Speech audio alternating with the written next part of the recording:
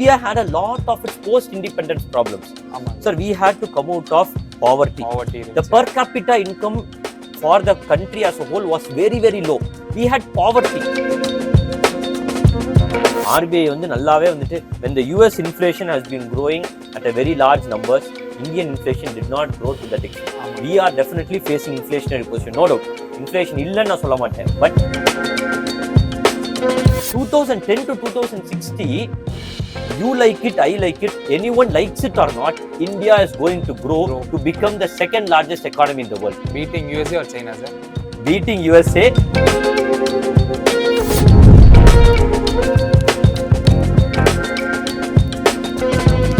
Media Minds அனைவருக்கும் வணக்கம். Media Minds வந்து நான் Sharath. 2023 budget one of the most popular budget அப்படின்னு சொல்கிறாங்க. இது மோடி கவர்மெண்ட் வந்து நமக்கு சப்போர்ட் பண்ணி போடுற பட்ஜெட்டா இல்லை 2024 எலெக்ஷனை வந்து பேஸ் பண்ணி இந்த பட்ஜெட் இருக்கா அப்படின்னு இன்னைக்கு நம்ம கூட யார் இணைஞ்சிருக்காங்க அப்படின்னா Aravind from Zen Tax Clinic தான். வணக்கம் சார். வணக்கம் சார். உங்களை பற்றி ஒரு சில வார்த்தைகள் நம்ம சப்ஸ்கிரைபர்ஸ்க்கு. எஸ், ஸோ நான் Aravind Thangam. I am the CEO for Zen Tax Clinic. So Zen Tax Clinic அப்படிங்கிறது வந்து ஒரு தனியான ஒரு ஃபின்டெக் பிளாட்ஃபார்ம், ஒரு startup company, first in India and the only online platform for GST litigation. So ஒரு ஜிஎஸ்டிலேருந்து ஒரு நோட்டீஸ் வருது அப்படின்னா அதுக்குன்னே ஆன்லைன்லேயே கொடுக்குற ஒரு சொல்யூஷன் கொடுக்குற கம்பெனி தான் Zen Tax Clinic. அதனுடைய CEO அண்ட் ஃபவுண்டர் பார்ட்னராக நான் இருக்கிறேன். சார், Zen Tax Clinic எக்ஸாக்டாக என்ன சார் பண்ணுறாங்க அப்பார்ட் ஃப்ரம் ஜிஎஸ்டி லிட்டிகேஷனை தவிர்த்து? Sir, we are a very focused firm into GST litigation. Okay, so basically, I am a chartered accountant involved in all types of practice in business consulting. I act as virtual CFO for various corporates. I do income tax and I also concentrate on GST. But representing Zen Tax Clinic, where we do an exclusive practice only on GST litigation. Okay, sir. இப்போ வந்து இந்த 2023 எலெக்ஷனை பற்றி ஏகப்பட்ட ஒரு ஸ்பெகுலேஷன்ஸ்னு சொல்கிறதா இல்லை இதை வந்து நல்லதுன்னு சொல்கிறதா கெட்டதுன்னு சொல்கிறதா, you can define a budget. But இந்த பட்ஜெட்டை வந்து சிம்பிளாக ஒன் லைனரில் டிஃபைன் பண்ணும் அப்படின்னு எப்படி நீங்க டிஃபைன் பண்ணுவீங்க?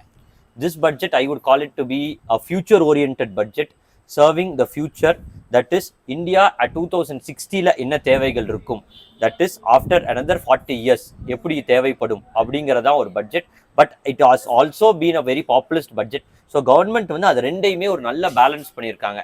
That is, there has been a large capital outlay and also tax benefits given. So I would say that it has been a very finely balanced budget, taking into account the future of the country and also the needs of the taxpayers at present. So in the future of the country னு சொன்னீங்க, அது எப்படி sir இவங்க define பண்றாங்க இந்த particular பட்ஜெட்ல 2023 பட்ஜெட்ல? So how is it for the future of this country? அதான் ரொம்ப ஒரு இன்ட்ரெஸ்டிங்கான ஆஸ்பெக்ட். சார், அதை அண்டர்ஸ்டாண்ட் பண்ணணும்னா இப்போ இந்தியா 2023 என்ன நிலைமையில் இருக்குது, நம்ம வந்து என்ன பாதையை கடந்து வந்துள்ளோம் அப்படிங்கறது வந்து அண்டர்ஸ்டாண்ட் பண்ண வேண்டியது ரொம்பவே முக்கியம். So India got its independence in 1947. So since then, India has gone through a very large phase. And today, as we stand in 2023, I will equate the country to be a man or a woman of the age of 30. Okay. So ஒரு இண்டிவிஜுவலோட ஒரு life span அப்படிங்கிறதுல பார்த்தோம்னு வச்சுக்கோங்க sir, ஒரு first 15 years is we are completely dependent. அப்பா அம்மா. Yes, completely dependent. So next 15 years பொறுத்த வரைக்கும் பார்த்தோம்னா age between 15 to 30, we want to be independent but based on dependence. So அது வந்து நம்ம ஒரு காலேஜ் கோயிங் டைம்ல வந்துட்டு we may என்ன சொல்றது, ஒரு explore a lot of things, but we are still going to be actually dependent. The peak period for an individual to be fully independent is between age 30 to 60. So அந்த ஒரு 2-15 years cycles, அந்த age 30 to 60 வந்து is the peak period where he or she is completely independent. The decisions taken in that period between 30 to 60 only help in that period after 60. So ஒருத்தர் வந்து 30 to 60 ல என்ன பண்ணணும்னு நினைக்கிறாங்க sir, அவங்க வந்துட்டு அவங்களுக்குன்னு சொல்லிட்டு ஒரு வீடு வாங்கணும், ஒரு வீடு கட்டணும். So they want to invest a lot on capital things so that their life is more secure after the age of 60. I will relate this very same thing to the case of the country as a whole. So India as a country 1947 to 1980, so ஒரு இண்டிவிஜுவலுக்கு ஒரு 15 years சொல்லும்போது வந்து for a country ஒரு 30 years சொல்லும்போது வந்து India had a lot of its post independence problems. Sir, we had to come out of poverty. The per capita income for the country as a whole was very, very low. We had poverty, we had famine, we had to come out of the food problems. So green revolution vanduchu. So we had to come out through a lot of things and India got stabilized in 1980. 1980 ல stabilise ஆனதுக்கு அப்புறம் 1980 to 2010 we had a lot of disturbing times going through India. LPG இருக்கட்டும், 2007 ல recession இருக்கட்டும், we had a lot of things through which India came. So India got positioned to be something like the 12th largest economy. So India was nowhere. India is the 7th largest country by size, but in terms of economy, India grew to almost like the 12th largest economy. But we had to grow. Today, we stand to be the 5th largest economy in 2020. 2080 to 2010 gone by. 2010 to 2060, you like it, I like it, anyone likes it or not, India is going to grow to become the 2nd largest economy in the world. Beating USA or China, sir? Beating USA, China, அது யார் இருக்க போறாங்கங்கிறது we will know in 2060. We will all live to see the 2060. So அந்த இயர்ல வந்துட்டு India is going to be second largest economy. அது இருக்குது அப்படிங்கும்போது how it is going to be actually made possible because of the young demographic dividend that we have. ஆமாம் sir, ஏன்னா நம்ம அப்துல் கலாம் வந்து 2020 அப்படிங்கிறது இதை பேஸ் பண்ணி தான் சொன்னார். நம்ம வந்து 2020 வல்லரசாகவும் நினச்சோம், பட் 2020 தான் வல்லரசாக போகிறோம் அப்படிங்கிறது நமக்கு இப்போ லேட்டராக தான் புரிய தொடங்கி இருக்கு. 2020 ரொம்ப ரொம்ப ஒரு முக்கியமான ஒரு டேர்னிங் பாயிண்ட். நான் 2010 சொல்கிறேன், அது 2020 has been a very fine turning point. Today, India stands as a very respectable nation globally. ஆமாம் சார், ஆமாம். India is not dependent for its any strategic decisions also. Whether it is on the borders, whether it is with respect to vaccines, any internal policies, we are a very independent nation today. Because we have crossed that age of 30. Okay, sir. 30 தாண்டி வந்துட்டோம், we are now a very independent country. Okay sir, இப்போ next step வந்து பார்த்தீங்க அப்படின்னா India வந்து எதை focus பண்ணணும், இந்த பட்ஜெட் வந்து எதை ஃபோக்கஸ் பண்ணியிருக்கு சார் இந்த ரெஸ்ட் இந்த 30லேருந்து 60க்குள்ள? எஸ் சார், நம்ம இண்டிவிஜுவலுக்கு சொல்லும் போது வந்துட்டு individual needs to start building on his own house. ஒரு எல்லாருக்கும் வந்து ஒரு வீடு வேண்டும் அப்படிங்கிற மாதிரி வந்துட்டு India is now starting to invest a lot on infrastructure. So a lot of capital investments are being made. Sir, 2015-16 budget la our capital expenditure was 3.8 lakh crores 15-16. Today in 22-23 budget the amount has been positioned as 13.7 lakh crores. Okay sir. 3.6 ல இருந்து 13.7 lakh crores. So huge investment. Yes. So we are concentrating a lot on capital expenditure that is focusing on 2060. என்ன மாதிரி benefit sir கிடைக்கும்? நம்ம என்ன மாதிரி உங்களை மாதிரி ஒரு சராசரி மனிதனுக்கு என்ன பெனிஃபிட் கிடைக்கும் 2060ல? Facing towards 2060, at that time, today we have a very young population. Already சொன்னது. So இந்தியால வந்துட்டு we have almost around 67% in the age between 14 to 60. This is very substantial population. இன்னைக்கு ஏஜ் above 60 பாப்புலேஷன் வந்து இந்தியால வந்து less than 7%. Okay sir, 60 வயசுக்கு மேல இருக்கவங்க 7%, 65 வயசுக்கு மேல இருக்கிறவங்க only 7% தான் இருக்காங்க. யூரோப்ல பாத்தீங்கன்னா இந்த 65 இயர்ஸ்க்கு மேல இருக்கவங்க population is 21%. India will also go to become an aged population in 2060. Maybe 60 or 70 or 10 years plus or minus, but India will definitely become an aged population. And the time la we need better infrastructure, we need more health facilities. அதுக்கு தான் அந்த 153 sites-ல nursing college. So we are concentrating a lot on health. We need to build on better infrastructure. ஏன்னா வந்து அன்னைக்கு டேட்ல India இருக்கணும்னா we need to have இப்ப இருந்தே அந்த டொமஸ்டிக் ப்ரொடக்ஷன் எல்லாமே ரெடி பண்ணணும். So we are focusing a lot on transport. Okay, ஒரு சின்ன ஒரு இது சார், இப்போ வந்து நமக்கு பாப்புலேஷன் வந்து பாத்தீங்கன்னா க்ரோ ஆயிட்டு தான் இருக்கு. அதுக்கு இந்த எம்ப்ளாய்மெண்ட்டுக்கு ஏதாச்சும் பண்ணிருக்காங்க இந்த பர்டிகுலர் பட்ஜெட்ல?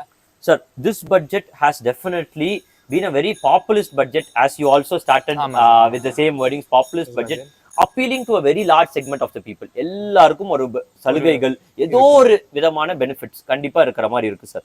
என்ன அப்படிங்கறது பார்த்தோம்னா India has a very large salaried class population. that is normal working class.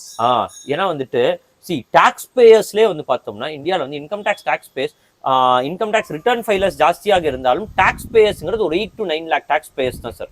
அந்த 8 to 9 crore டாக்ஸ் பேயர்ஸ்ல we have almost around 3.5 crores as salary taxpayers. நார்மலா வர்க் போய் சாலரிடா இருக்கவங்க அவங்க 3 கோடி பேர் இருக்காங்க. அந்த 3.5 கோடி பேருக்கு this income tax amendments in the finance bill has given some relaxation. அவங்களுக்கு பெனிஃபிட் கொடுக்குறாங்க. less than 7 lakhs இருக்கிறவங்க இன்கம் இருக்கிற டாக்ஸ் பேயர்ஸ் வந்து சாலரின்னு மட்டும் இல்ல பிசினஸும் பண்ணலாம், என்ன ரிட்டையர்ட் பீப்புளாக இருக்கலாம், less than 7 lakhs இருக்கிறவங்க annually அவங்க வந்து 5 to 6 crore tax payers அவங்களுக்கு ஒரு பெனிஃபிட் கொடுக்குறாங்க.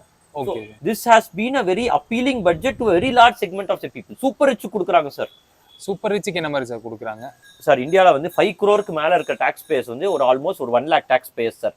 அவங்களுக்கு வந்து சர்சார்ஜ் அப்படிங்கிறது வந்து போட்டு their effective tax rate was 42%. Now now that has been effectively made to 39%. So ஒரு 1 lakh tax pays ஒரு சின்ன செக்மெண்டா இருந்தாலும் to be a populist budget எல்லாருக்கும் அப்பீல் பண்ணணும். ஆமா sir. So they have concentrated on a very wide segment. இந்த 3 to 4% அப்படிங்கிறது நெட்டா calculate பண்ண ரொம்ப பெரிய அமௌண்ட்டா வரும் இல்லீங்களா சார்? பட் ஆனா 1 lakh tax pays sir. Taxpayers 1 lakh tax pays but அவங்களுக்கும் ஒரு பெனிஃபிட் உண்டு அப்படிங்கிற மாதிரி இந்த பட்ஜெட் இருக்கு. இப்போ இந்த பட்ஜெட் வந்துங்க சார் இவங்க அந்த ஃபியூச்சரிஸ்டிக் கோல் நீங்க சொன்னது அதை பேஸ் பண்ணி இருக்கா இல்ல 2024ல வர இந்த லோக்சபா எலெக்ஷனை பேஸ் பண்ணி இருக்குங்களா சார்? சார் கண்டிப்பா they have kept both in mind. That is something very much evident. ஏன்னா வந்து கண்டிப்பா as I already told you they have concentrated a lot on capital expenditure. இன்னைக்கு வந்து சும்மா வந்துட்டு இந்த வருஷத்துல ஏதாவது ஃப்ரீபீஸ் கொடுக்குறோம் அந்த மாதிரி இருக்கிற ஒரு டைரக்ட் பெனிஃபிட் டிரான்ஸ்ஃபர் அந்த மாதிரி எதுவுமே சொல்லல. It has been a very future oriented budget but also a populist budget because they have appealed to so large tax base. Sir, including MSMEs kuppada they have given a lot of benefits. Okay, the MSMEs ku endha mari benefits sir kuduthirukku? Sir, the micro and small enterprises appdin solluvom sir. Those are enterprises having turnover less than rupees 50 crores. இந்த 50 crores கம்மியா இருக்கிறவங்க எல்லாருக்குமே மிக பெரிய சிக்கல் அப்படிங்கறது சொல்லணும் அப்படின்னா வந்துட்டு அந்த பணம் வந்து வசூலிக்கிறது தான். நீங்க பொருளை செஞ்சிடறாங்க சார், பொருளை போய் வித்துறாங்க, அந்த பொருளை வாங்குறதா வந்து ஒரு பெரிய கடினமாக உள்ளது. அந்த இதுக்கு வந்துட்டு இன்கம் டாக்ஸ்ல வந்து ஒரு சின்ன அமெண்ட்மெண்ட் எடுத்துட்டு வர்றாங்க. சோ அவங்களுக்கு வந்து நீங்க டைம்லியா பேமெண்ட் பண்ணணும். ஒரு ரிட்டர்ன் அக்ரிமெண்ட் இருந்தா 45 டேஸ்க்குள்ள பேமெண்ட் பண்ணணும், ரிட்டர்ன் அக்ரிமெண்ட் இல்லைன்னா 15 டேஸ்க்குள்ள பேமெண்ட் பண்ணணும். இந்த மாதிரி ஒரு ப்ரொவிஷன்ஸ் எடுத்துட்டு வரதுனால அவங்களுக்கு ஒரு டைம்லி பேமெண்ட் வரும்போது that will largely benefit 98.5% of the registered businesses. Bad debts அப்படிங்க கொஞ்சம் கம்மியாகும் நினைக்கிறீங்களா சார்? இதனால பேட் டெட்ஸ் அப்படிங்கிறது வந்து will always continue சார். ஏன்னா இன்கம் டாக்ஸ் சார் ஒருத்தர் வந்து பணம் கொடுக்க வேண்டாம்னு நினைக்கிறவரு இன்கம் டாக்ஸ் பெனிஃபிட் இருக்குது இல்லைங்கிறதெல்லாம் பாக்குறது இல்லை. சோ அது வந்து ஒவ்வொரு பிசினஸ் மேனும் ஒரு கிரெடிட் சேல் பண்ணும்போது ஒரு ஜுடிஷியஸான டிசிஷன் எடுக்கணுங்கிறது கண்டிப்பா இம்பார்ட்டன்டா இருக்கும். அதனால இந்த 45 டேஸ் அப்படிங்கிறது அந்த எம்எஸ்எம்இஸ்க்கு ரொம்ப இம்பார்ட்டன்ட். கண்டிப்பா சார். ஏன்னா வந்து சார் இன்னைக்கு வந்து ஒரு சில கார்பரேட்ஸ்ல வந்துட்டு இன்னைக்கே வந்துட்டு கார்பரேட்ஸ் இல்ல MSME to MSME 90 days 120 days 170 days credit 180 days credit போறதெல்லாம் இருக்குது. 45 days will largely help the taxpayers. டக்கு டக்குன்னு அந்த ரொட்டேஷன் இருந்துகிட்டே இருக்கும். சோ இதனால இன்ஃப்ளேஷன் ஜாஸ்தி ஆகுமா சார்? ஜெனரலா கேக்குறது வந்து ஒரு பொதுவா இந்த பண வீக்கம் இந்த இன்ஃப்ளேஷன் அப்படிங்கிறது ஜாஸ்தி ஆகுமா, கண்ட்ரோல் பண்ண முடியுமா?